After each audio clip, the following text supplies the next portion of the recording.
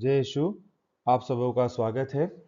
इस हफ्ते हम यूहन्ना अध्याय 6 पद संख्या 41 से 71 तक के पदों को हम पढ़ेंगे और उस पर मनन चिंतन करेंगे।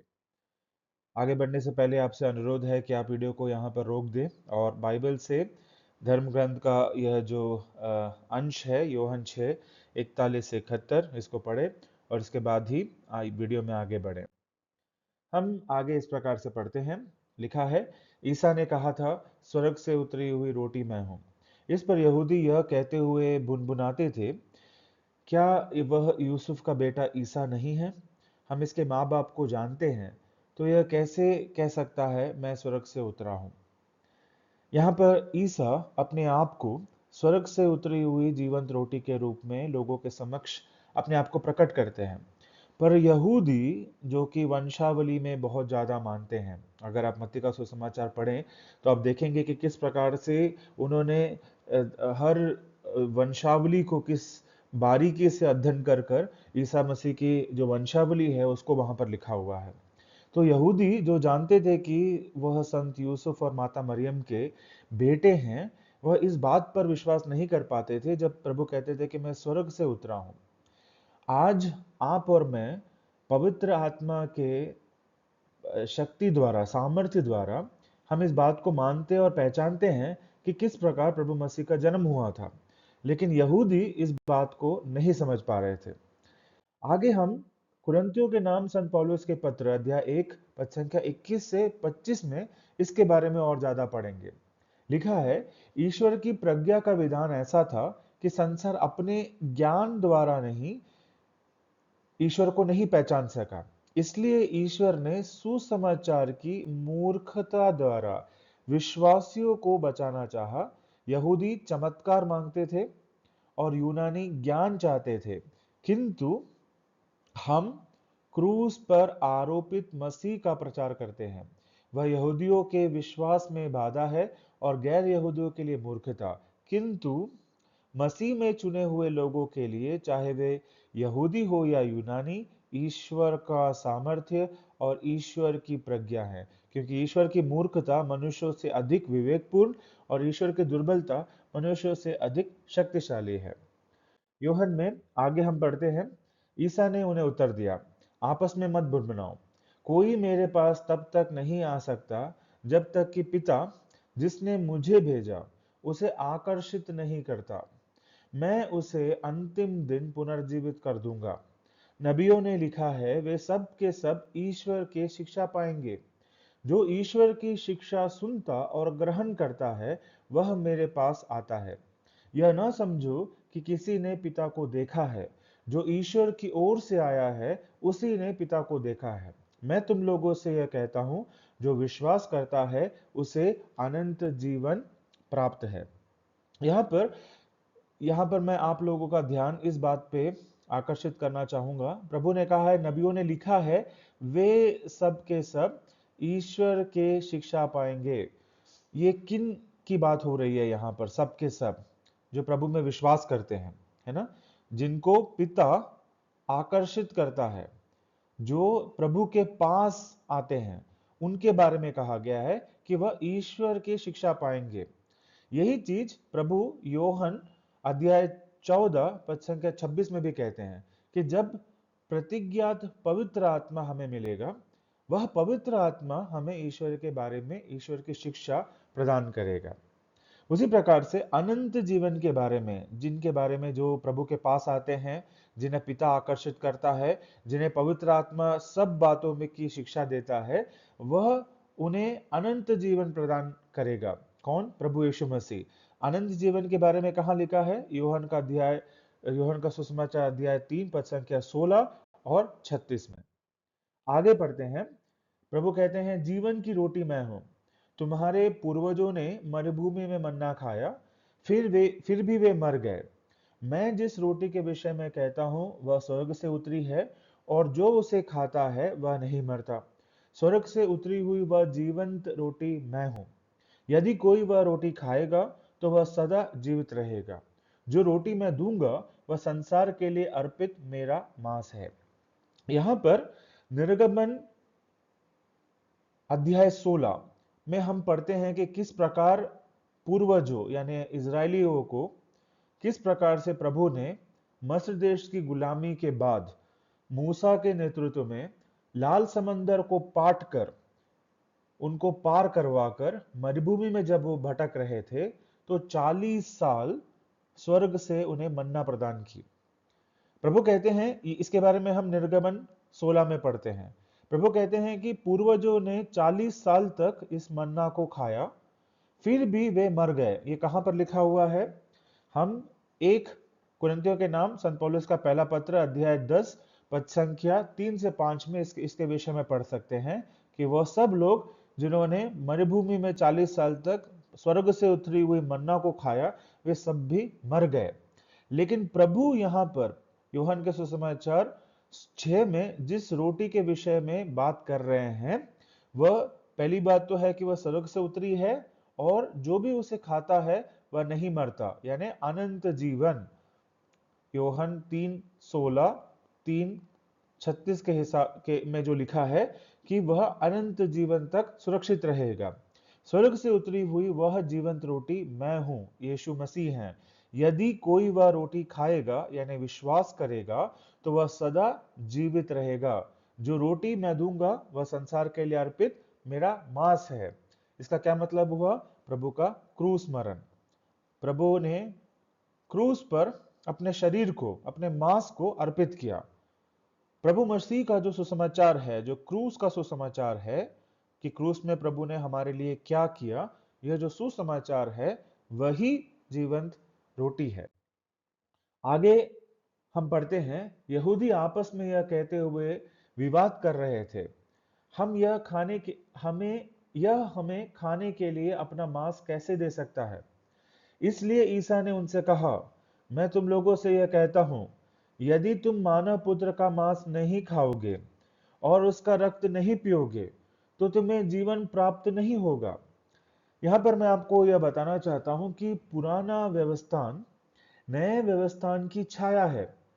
जो कुछ नए व्यवस्थान में हुआ उसकी छाया, उसका प्रतिबिंब हम पुराने व्यवस्थान में देख सकते हैं। प्रभु मसीह का जो नए व्यवस्थान में जो क्रूस मरण है, वह पुराने व्यवस्थान में पास्का के पर्व के रूप में मनाया जाता है, जहां पर इजरायलियों को यह कहा गया था कि मिस्र देश की गुलामी से जब उन्हें मुक्ति मिलती है, उसको लाल समंदर को पार करने से पहले उन्हें पास्का का पर्व मनाना था। उन्हें पास्का का मेमना जो है अपने लिए लाना था और उसका मांस खाना था और उसका रक्त अपने चौखटों पर लगाना था। तो हर इजरायली को जो प्रतिज्ञा देश के लिए मिस्र देश की गुलामी को छोड़कर मूसा के नेतृत्व में लाल समुद्र को पार करना चाहता था, उसके लिए यह खाना, मांस खाना और पास्का का भोज करना अनिवार्य था।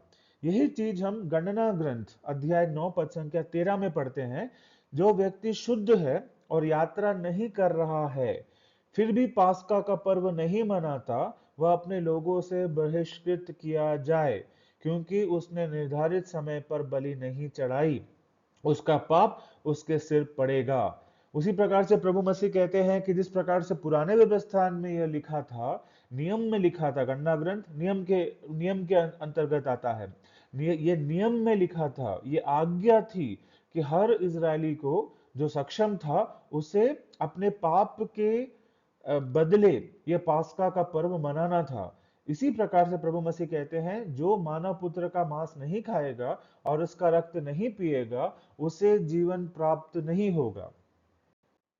आगे यूहन्ना के सुसमाचार में हम पढ़ते हैं, प्रभु मसीह कहते हैं, जो मेरा मांस खाता और मेरा रक्त पीता है उसे अनंत जीवन प्राप्त है और मैं उसे अंतिम दिन पुनर्जीवित कर दूंगा, क्योंकि मेरा मांस सच्चा भोजन है और मेरा रक्त सच्चा पेय। जो मेरा मांस खाता और मेरा रक्त पीता है वह मुझ में निवास करता है और मैं उसमें। जिस तरह जीवंत पिता ने मुझे भेजा है और मुझे पिता से जीवन मिलता है, उसी तरह जो मुझे खाता है उसको मुझसे जीवन मिलेगा। यही वह रोटी है जो स्वर्ग से उतरी है।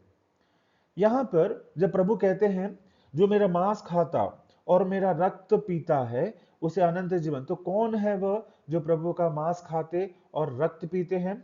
मांस सहभागिता को दिखाता है। मांस खाने का मतलब खाना, भोजन, सहभागिता को दिखाता है। तो नए व्यवस्था में प्रभु का मांस खाना प्रभु के क्रूस मरण पर विश्वास करना होता है, बिकॉज हम विश्वास से जुड़े हुए हैं।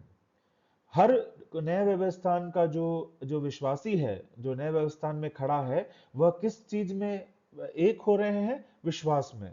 तो वह जो नए नियम के विश्वासी हैं, उन्हें यह प्रभु का मांस खाने और उनके रक्त पीने का अवसर मिला है। तो जब प्रभु कहते हैं जो मेरा मांस खाता और मेरा रक्त पीता है, ये नए विश्वासी, नए नियम के विश्वासियों के को दर्शाता है। नए नए नियम के विश्वासी अनंत जीवन प्राप्त करेंगे और प्रभु उन्हें अंतिम दिन पुनर्जीवित कर देंगे। यानी पाप और मृत्यु दोनों पर नए नियम के विश्वासियों को विजय प्राप्त है विश्वास द्वारा। आगे प्रभु कहते हैं क्योंकि मेरा मांस सच्चा भोजन है। हम आगे मत्ती के सुसमाचार 26 में ये पढ़ेंगे। और मेरा रक्त सच्चा पेय है। मत्ती का सुसमाचार अध्याय 26 से 28। उनके भोजन करते समय ईसा ने रोटी ले ली और धन्यवाद की प्रार्थना पढ़ने के बाद उसे तोड़ा और यह कहते हुए शिष्यों को दिया, ले लो और खाओ, यह मेरा शरीर है। तब उन्होंने प्याला लेकर धन्यवाद की प्रार्थना पढ़ी और यह कहते हुए शिष्यों को दिया, तुम सब इसमें से पियो, क्योंकि यह मेरा रक्त है, विधान का रक्त, जो बहुतों की पाप क्षमा के लिए बहाया जाएगा। प्रभु यहां पर अपने क्रूस मरण को दर्शा रहे हैं और प्रभु कह रहे हैं कि इस क्रूस पर मेरा शरीर और मेरा रक्त बहा है। शरीर टूटा है, घायल होने को दिखाया गया है। प्रभु कहते हैं मेरा शरीर, मेरा रक्त, मेरा क्रूस, जो मैंने कार्य तुम्हारे लिए अपने क्रूस पर अर्पित किया, क्रूस पर खत्म किया, उस पर यकीन करना ही प्रभु का मांस खाना और रक्त पीना है। प्रभु के क्रूस पर जो प्रभु ने जो कार्य किया है, जो सुसमाचार का कार्य पूरा किया है, जो मुक्ति विधान का कार्य पूरा किया है, उस पर विश्वास करना ही, हम विश्वास में प्रभु में एक हो जाते हैं। जब हम विश्वास करते हैं तो हम प्रभु के साथ एक हो जाते हैं, सम्मिलित हो जाते हैं, हम सहभागी हो जाते हैं। इसी सहभागिता को हम पवित्र मिसा में, पिसा बलिदान में हम मनाते हैं। और यहीं पर प्रभु कहते हैं कि मेरा शरीर जो है वो सच्चा खाना, सच्ची रोटी, सच्चा भोजन है और मेरा रक्त ही सच्चा पेय है। आगे हम पढ़ते हैं, यह उस रोटी के सदृश नहीं जिसे तुम्हारे पूर्वजों ने खाई थी, वे तो मर गए, किंतु जो यह रोटी खाएगा, नए विधान की बात कर रहे हैं, नया विधान में जो, किंतु जो यह रोटी खाएगा वह अनंत काल तक जीवित रहेगा। जो नए विधान को मानेगा, विश्वास करेगा, वह अनंत काल तक जीवित रहेगा। ईसा ने कफरनाउम के सभागृह में शिक्षा देते हुए यह सब कहा था। यही चीज हम यूहन्ना का पहला पत्र अध्याय 2 पद संख्या 17 में भी पढ़ते हैं। आगे हम देखते हैं, उनके बहुत से शिष्यों ने सुना और कहा, यह तो कठोर शिक्षा है, इसे कौन मान सकता है? यह जानकर कि मेरे शिष्य इस पर भुनभुना रहे हैं, ईसा ने उनसे कहा, क्या तुम इससे विचलित हो रहे हो? जब तुम मानव पुत्र को वहां आरोहण करते देखोगे जहां वह पहले था, तो क्या कहोगे? आत्मा ही जीवन प्रदान करता है, मांस से कुछ लाभ नहीं होता। मैंने तुम्हें जो शिक्षा दी है वह आत्मा और जीवन है। थोड़ा और गहराई में इसे पढ़ते हैं। यहां पर प्रभु कहते हैं आत्मा ही जीवन प्रदान करता है, आत्मा ही जीवन प्रदान करता है। इससे पहले प्रभु कहते हैं कि यह जो शिक्षा मैंने तुम्हें दी है, तुम कह रहे हो कि यह शिक्षा बहुत कठोर है। तब क्या जब तुम मानव पुत्र को आरोहण करते देखोगे जहां वह पहले था, यानी स्वर्ग में चलते देखोगे। हम इसके बारे में प्रेरित चरित्र अध्याय 1 पद संख्या 9 और प्रेरित चरित्र अध्याय 7 पद संख्या 75, 56 पद संख्या 56 में पढ़ सकते हैं। इसके बाद प्रभु कहते हैं आत्मा ही जीवन प्रदान करता है। आत्मा, यहां पर जो आत्मा है यह मनुष्य की आत्मा के बारे में है। मनुष्य की आत्मा के बारे में कहा गया है। यह आत्मा हमें कैसे, यह जीवन, आत्मा में जो जीवन है वो कैसे हमें प्राप्त होता है। एफिसियों के नाम पत्र अध्याय 1 पद संख्या 13 और 14 में जब हम सुसमाचार को सुनते हैं और अपने हृदय में उस पर विश्वास करते हैं, तब हमें पवित्र आत्मा प्रदान होता है। यही पवित्र आत्मा यूहन्ना का सुसमाचार अध्याय 3 पद संख्या 6 के हिसाब से हमारे अंदर आत्मिक जीवन प्रदान करता है। यह आत्मिक जीवन जो पवित्र आत्मा हमें प्रदान करता है, उसी से हमें जीवन प्राप्त होता है, अनंत जीवन प्राप्त होता है। मांस से कोई लाभ नहीं होता। उत्पत्ति 3:9 में हम देखते हैं कि मांस का कोई पुनरुत्थान नहीं है, मांस की कोई मुक्ति नहीं है। हम मिट्टी थे और मिट्टी में ही मिल जाएंगे। यही बात कुरिन्थियों के नाम संत पौलुस का पहला पत्र अध्याय 15 और पद संख्या 42 में भी हम पढ़ सकते हैं। आगे फिर प्रभु कहते हैं, फिर भी तुम लोगों में से अनेक विश्वास नहीं करते। ईसा तो प्रारंभ से ही यह जानते थे कि कौन विश्वास नहीं करते और कौन मेरे साथ विश्वासघात करेगा। उन्होंने कहा, इसलिए मैंने तुम लोगों से यह कहा कि कोई मेरे पास तब तक नहीं आ सकता जब तक उसे पिता से यह वरदान ना मिला हो। और आखिरी में इसके बाद बहुत से शिष्य अलग हो गए और उन्होंने उनका साथ छोड़ दिया। इसीलिए ईसा ने 12 के से कहा, क्या तुम लोग भी चले जाना चाहते हो? सीमोन पेतरुस ने उन्हें उत्तर दिया, प्रभु, हम किसके पास जाएं? आपके ही शब्दों में अनंत जीवन का संदेश है। हम विश्वास करते और जानते हैं कि आप ईश्वर के भेजे हुए परम पावन पुरुष हैं। ये जो शिक्षा जो है ये पूरे संसार के सामने बाइबल के रूप में, सुसमाचार के रूप में सारे संसार के सामने उपलब्ध है। और बहुत सारे लोगों ने इस शिक्षा को सुना है। लेकिन यहां पर सीमोन पेतरुस नए विधान के विश्वासी को दर्शाते हैं। उन्होंने क्या उत्तर दिया? प्रभु, हम किसके पास जाए? आपके ही शब्दों में अनंत जीवन का संदेश है, आपके ही शब्दों में सुसमाचार है। हम विश्वास करते, पहली बात विश्वास करते और जानते हैं कि आप ईश्वर के भेजे हुए परम पावन पुरुष हैं। You are the holy one of God. रोमी अध्याय 10 पद संख्या 9 और रोमी अध्याय 10 पद संख्या 10। चले इसके बारे में पढ़ते हैं। लिखा है, क्योंकि यदि आप मुख से स्वीकार करते हैं कि ईसा प्रभु हैं और हृदय में विश्वास करते हैं कि ईश्वर ने उन्हें मृतकों में से जिलाया, तो आपको मुक्ति प्राप्त होगी। हृदय में विश्वास करने पर मनुष्य धर्मी बनता है और मुख से स्वीकार करने पर उसे मुक्ति प्राप्त होती है। सिर्फ सुनने से फायदा नहीं है, आपको हृदय में विश्वास करना है, तभी आपको पवित्र आत्मा मिलता है, आत्मिक जीवन मिलता है और अनंत जीवन मिलता है। ईसा ने उनसे कहा, क्या मैंने तुम 12 को नहीं चुना? तब भी तुम में से एक शैतान है। यह उन्होंने सीमोन इस्करियोती के पुत्र यूदस के विषय में कहा। वही उनके साथ विश्वासघात करने वाला था और वह 12 में से एक था। इसी के साथ यूहन्ना का सुसमाचार अध्याय 6 यहां पर समाप्त होता है।